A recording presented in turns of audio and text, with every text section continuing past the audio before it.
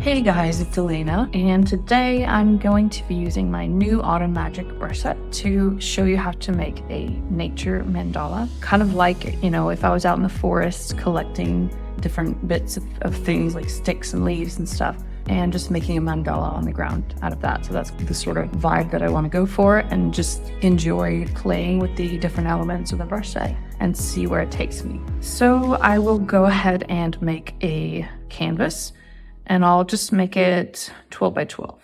So we have a nice square, large canvas in case we want to print it later. I'm just gonna start out on this white background. So I've got my Autumn Magic brush set here, and I've got my leaves. I would like to start out with sticks and maybe lay some sticks around in a circle. So before I get started, I'm going to turn on the drawing grid just to help me stay in a circle. Roughly. I don't want it to be perfect or symmetrical necessarily, but I want to be able to see where a circle is. So I'm going to go to the gear icon, and under canvas, we can turn on the drawing guide, and you can see this is just a regular 2D guide, but we're going to go to edit drawing guide, isometric. So you can see it's more conducive to circles here. So we're just going to make that bigger, and I'm just going to keep in mind this sort of shape here. And I'll just make the opacity down quite a bit so that it doesn't disturb me while I'm trying to draw. I'm just going to have it there in the background, just to have a general idea of where the center is, where I want things to go out to. I've got all my leaves up here at the top, but I'm just going to go ahead and go to the foraged finds section, which is kind of all the miscellaneous sort of things you might find in the forest in the autumn time. I want to put a stone in the middle. So I'm going to choose river stones. And with this brush, you can make sort of a line with these, and these could be fun as part of the mandala maybe. But also I just want to make one rock right in the middle. So I'm just going to tap right in the middle there. And of course it's not a circle, but that's fine. We like that. So that's our rock layer. All right, so let's add a new layer so that we can, move that if we want to or whatever. And in the new layer, we're going to put sticks. So let's just navigate to where we've got our sticks here. And I want to sort of emphasize a lot of different lengths so that it doesn't look super symmetrical and just keep things looking natural as if I just found it. So with the sticks, they tilt with your pen, and they work like stamps. And are we happy with that color? I think I'm going to change the colors up just a bit, but we'll keep that one like it is. And I don't want it exactly there, so I'm just going to maybe keep the sticks along these lines here. That's fine. And now I'm going to choose a different stick and also a slightly different color for that stick. So let's go with this little guy. And I like that very much. I'm just going to keep that right where it is. You know what, though? I really should put these in their own separate layers. So I'm going to get rid of that one. And I'm just going to make a new layer for every stick. There we go. Give that a slight rotation. And move it in. There we go. Let's go with another layer, another stick. Let's give that one more of a dark brown. That's a bit big, but I'm just going to go ahead and make it a bit smaller. And rotate that.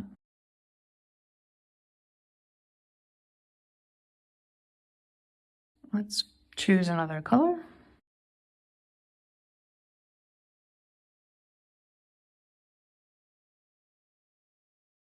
I do like keeping the sticks in their own layers because then I can adjust them as needed. So let's go with that one again. I'm going to go with this dark gray. Now this stick is a bit curved and I like it like that, but I'm just going to make sure it's fitting on the lines here. So that was 5 sticks. I'm going to have to use one over again. I think I'm going to go with this one because I'm looking at how this is kind of symmetrical and that these two are long-ish and the other ones are short. So if I have another short one here, that might work. And even if it's the one exactly across, I'll just try to make it a different color. So I'm going to go with this quite dark color and see if that looks different. I think I'm okay with that. So now I've got my sticks all here and I'm just going to bundle them together so I don't have to name every layer, and I'm just going to call that sticks. There you go. So now we want to add something else. I'm gonna try my autumn leaves number 4, and I'll just pick dense, even though I'm not going to use it like this. I'm just gonna use it like a stamp. So I'm going to choose this dark brown color here because there are some really interesting shades of red in there because of the color variation of the brush. I'm just going to tap a leaf down and then put that where I want it.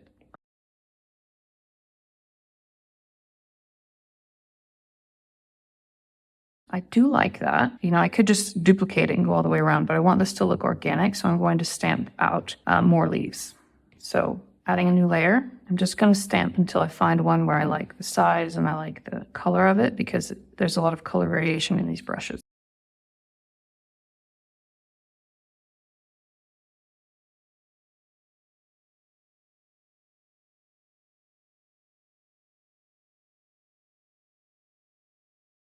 That one turned out quite large, but I can just make it smaller. There is a size variance as well in the brush, because I'll show you in a sec, but you can actually make a whole line out of them, which is why that's there. So you can actually, you know, go like that, which is why that's not a straight up stamp. I wanted to have sort of double functionality in these brushes for a stamp and for drawing a line of leaves together. That's a bit big. I'm just gonna make it a bit smaller. I'm just trying to find a color that is a bit different. I think that's a bit different. I like to keep the same color on here and just depend on the color variance, because then it's going to be similar and in the same sort of vein, but not quite the same.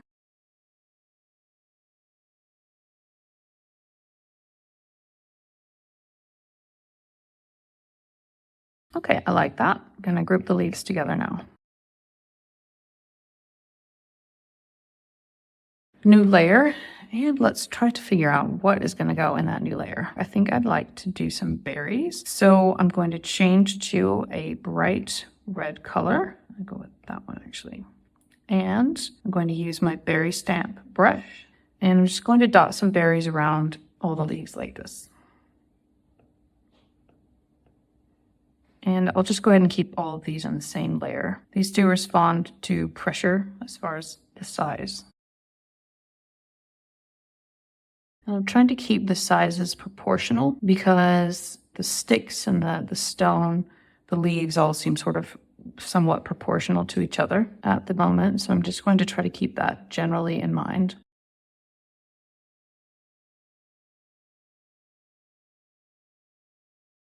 And let's start a new layer and figure out what we want to do next. I think we could maybe use some bigger leaves around the outside here. So I think I might go with, I don't know why, but I'm thinking maybe 21 might be a good choice. That one is more of an oak leaf. I'll go with this light brown color, and I'm just going to stamp it on here and see. And keeping things somewhat size proportionate. I think that seems a bit too big, actually. Something like that.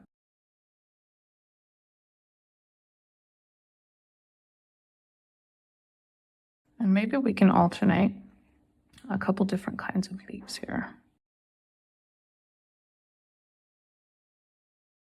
So I had this over there, and then I moved it because I felt like that was a bit too red over there.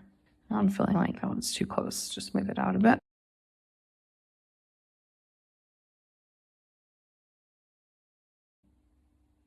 Just flip that for a bit of variety. Okay, I think I'm okay with that. Maybe move it out a little bit. And maybe now we can alternate some different kinds of leaves in here. So I have another oak leaf in here, number 8. And let's maybe change up the coloring a bit, go for something darker.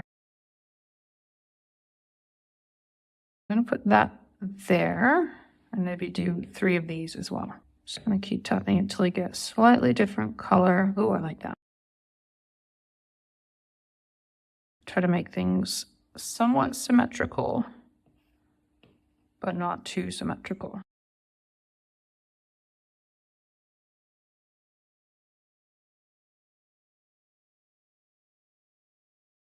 I'm feeling a bit like this one needs to go over here. Just tweaking the placement a little bit. All right, maybe we need something a bit more yellow now. Maybe go with number 7. I feel like that's too big comparatively with the rest. When I photographed that one, it was quite a small leaf. Yep, change the color a bit, just have some more, slightly more yellow.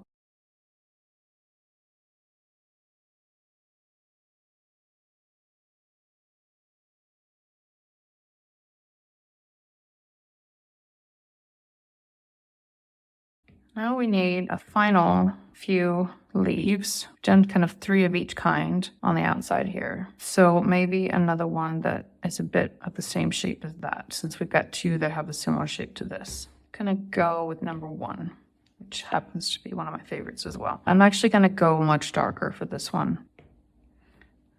Okay. Put that one here. Make it a bit smaller.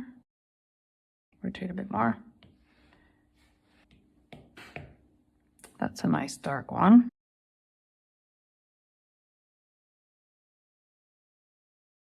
One more.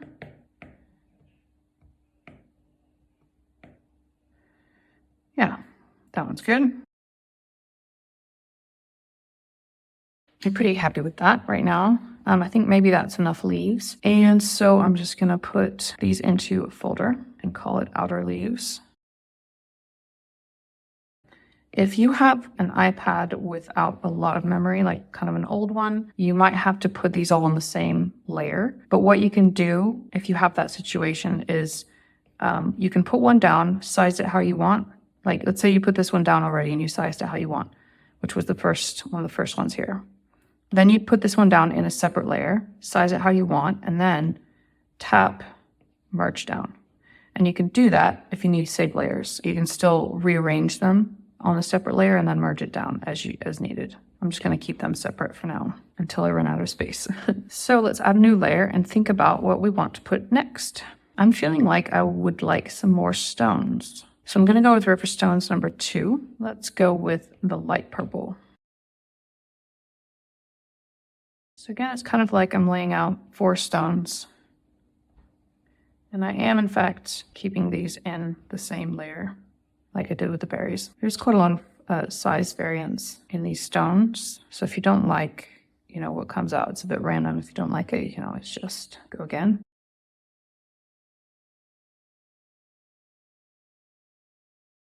I'm gonna just rename that. And let's go with some chestnuts. I think I'm just going to randomly choose a couple different chestnuts. I'm going to choose my dark brown, and then I'm going to place them around this line here a bit roughly. I'm in a new layer, put that one there. And maybe we'll use that one more time here and go with the new layer. New chestnut.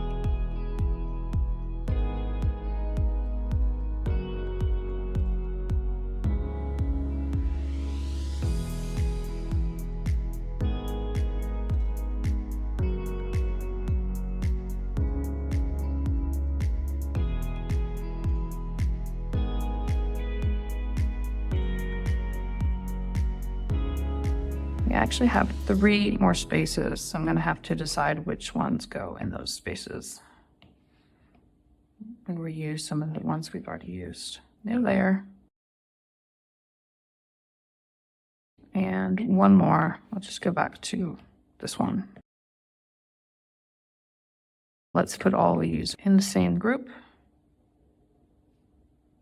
So now let's add a new layer and figure out what else we want to put in here. It's getting a bit crowded. I think we could use a couple of pine cones. I'm going to go with pine cone number 3. Choose a grayish color, grayish brown. And where could I fit these?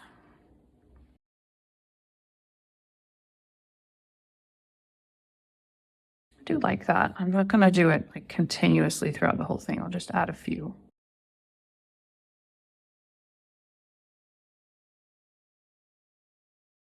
I think I'm just going to rearrange some of the chestnuts. Let's just group these together. Pine cones, new layer, and ginkgo leaf. Let's just make that size a bit smaller. That seems about right. Where do we want to put this? Seems like a good place. Let's just keep going on the end of each stick, new layer. Make that a bit smaller so that it fits on the page.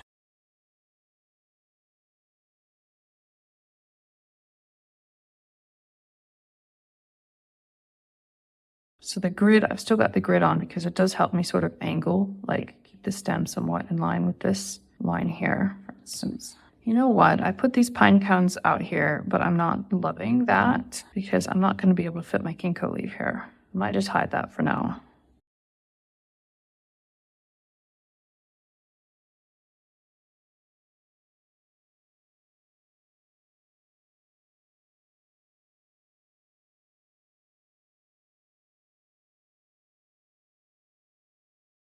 Okay, so I've got my leaves, rename that, and I think we're really almost done. But I want some tiny little things in here somehow. Maybe some seeds. I'm gonna go with these seeds here in a brownish color, and I'm just gonna take this down quite a bit and just sort of try to fill some gaps.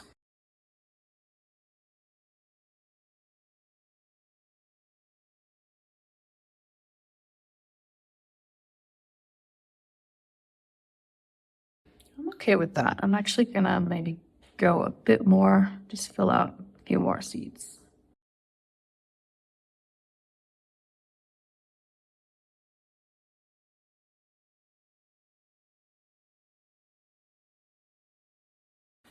I like that. So I'm just having a look at this now, and I've filled out these areas with seeds, and there's definitely some open spaces still, but I kind of like how it gets a bit farther, like the elements are further apart as we go further out. And I have sort of experimented off camera with putting some different things around here, but I'm kind of just liking how it looks with the stone just front and center here. Something else that we could have used would be acorns, maybe. There's quite a few acorns to try. There's some seed pods and that type of thing. So I didn't use all the elements I could have, but I feel like maybe I'm happy with it like this. I'm just going to go ahead and turn off the drawing guide and then have one more look here. I feel like I could do a wooden background here, or I could just leave it white. I'm just going to try a wooden background. So I'm going to add a new layer and put it behind everything. And I'm going to choose kind of a light color and look at my wood patterns here for what I might want to put in the background. I'm gonna just try number 1. And this is a pattern brush, so I'm just gonna fill the whole space without lifting my brush. So I do like how that looks, but I'm not loving the color. So I'm just gonna take the color a bit lighter and then try that. Yeah, I like that a lot better. So with most Procreate brushes, you have the effect where in order to have any sort of texture, there has to be transparency. And so you can kind of see some of this through here. And we could just leave it like that, or I'll go ahead and show you one of the utility brushes that I've included. And in order to do that, we're going to have to merge everything together in order to do it quickly. So I'm just gonna go ahead and flatten all of these now that I've gotten them all where I want them. And just to save time, I'm going to merge everything down except for the wood layer. So now we've got the whole mandala in one layer. So now what I'm going to do is I'm going to tap that layer and then tap select. So now only the design is selected. And I'm going to my colors and go to the wheel, double tap by the white until we've got white. Then I'm going to my utility brushes down at the bottom. And I'm going to go with the solidifier brush. And very gently, I'm just going to sort of color this in so that the backgrounds become a bit more solid. And I'm just going to make sure this is down so I can carefully selectively color. So you can see how that kind of got a bit more solid. And I'm going to focus mostly on the areas where we have more transparency, like the chestnuts. And then I'll probably do it more broadly over the whole piece. And I'm lifting out my pen and tapping a few times. I'm just going to make that bigger and then just kind of go across some of these leaves. Anywhere that looks a bit faded since I put the wood in. And it's very subtle, this effect, but you can see that it's not see-through anymore. So if you're zooming in, you can see that these elements, you're not seeing the wood through the elements anymore. Basically, I just want everything nice and solid. So now I'm going to turn off select and see how this looks. And I'm pretty happy with how that looks. I think it works. So one other thing that we can do with the utility brushes is the add color brush. For instance, if I wanted this leaf to be multicolored, I could do that with the add color brush. So the first step for that is just to go to your layer and choose alpha lock. And that just means you can't color outside the lines, so that makes it really easy. So let's say I wanted to add some purple to this leaf. I've got my add color brush, I've got alpha lock on. And all I have to do, well, you can mess around with the opacity a bit here, just so that it's not really bold. And just start adding some colors. You can see how it kind of adds a bit of color there. Let's say I wanted a bit of green down at the bottom. I'm just going to make that even smaller so that I can kind of trace up here. And you can change the opacity so that it's more pronounced or less pronounced, depending on what you're looking for. So that can just kind of make your leaves a bit more interesting color-wise. So I think I'm just going to do that on a couple of these leaves.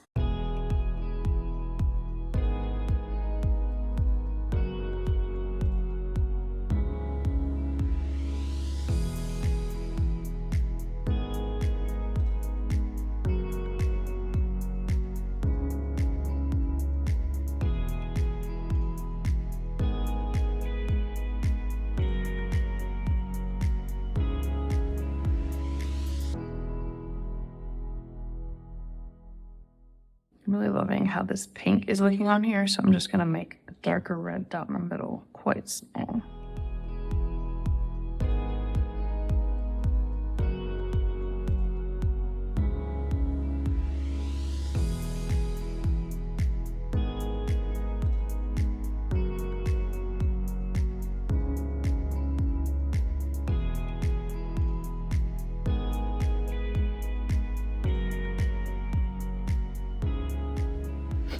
All right, so I think that I am pretty happy with this. There's some of the leaves I was really enjoying the color variation on, like this one. It's fun to kind of use it as a coloring book and just color some different colors onto these leaves. So one thing that I forgot as I was recording this just before is that at this point we might in fact want to add a shadow, because it sort of looks like it was painted on here as opposed to like a real object that would have a shadow. And it's really easy now that we've merged everything into the same layer.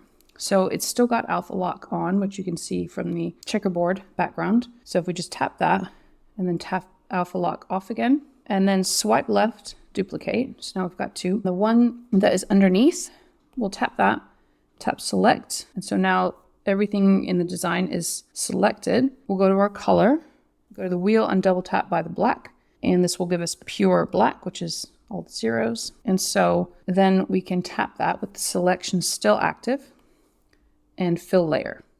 So this means we now have a completely black version of this directly beneath it. So what we can do now on that layer is go to the magic wand, our adjustments menu, and go to Gaussian blur. And then you can see up here it's got 0%. So you can very slowly start to take your finger or your pencil on the screen and then move it to about 5%. Maybe 3 or 4. I'm just going to put it at about 4. And you can see everything got a little bit fuzzy, which is not really what we want. But by turning that off, let's then go to the move tool. So now we're moving the shadow layer. So we'll go to the move tool and then off the canvas, just start to tap over on one side. And each time you tap, it moves over 1 pixel or so. So now you can see that the shadow has gone to one side, which is what a shadow would normally do. And it's still very harsh. I'm just going to tap a time or two more. And if you go too far, you can just tap on the other side. Okay. And I'm going to go to the layers again and tap this N. And so we can adjust the layer itself now.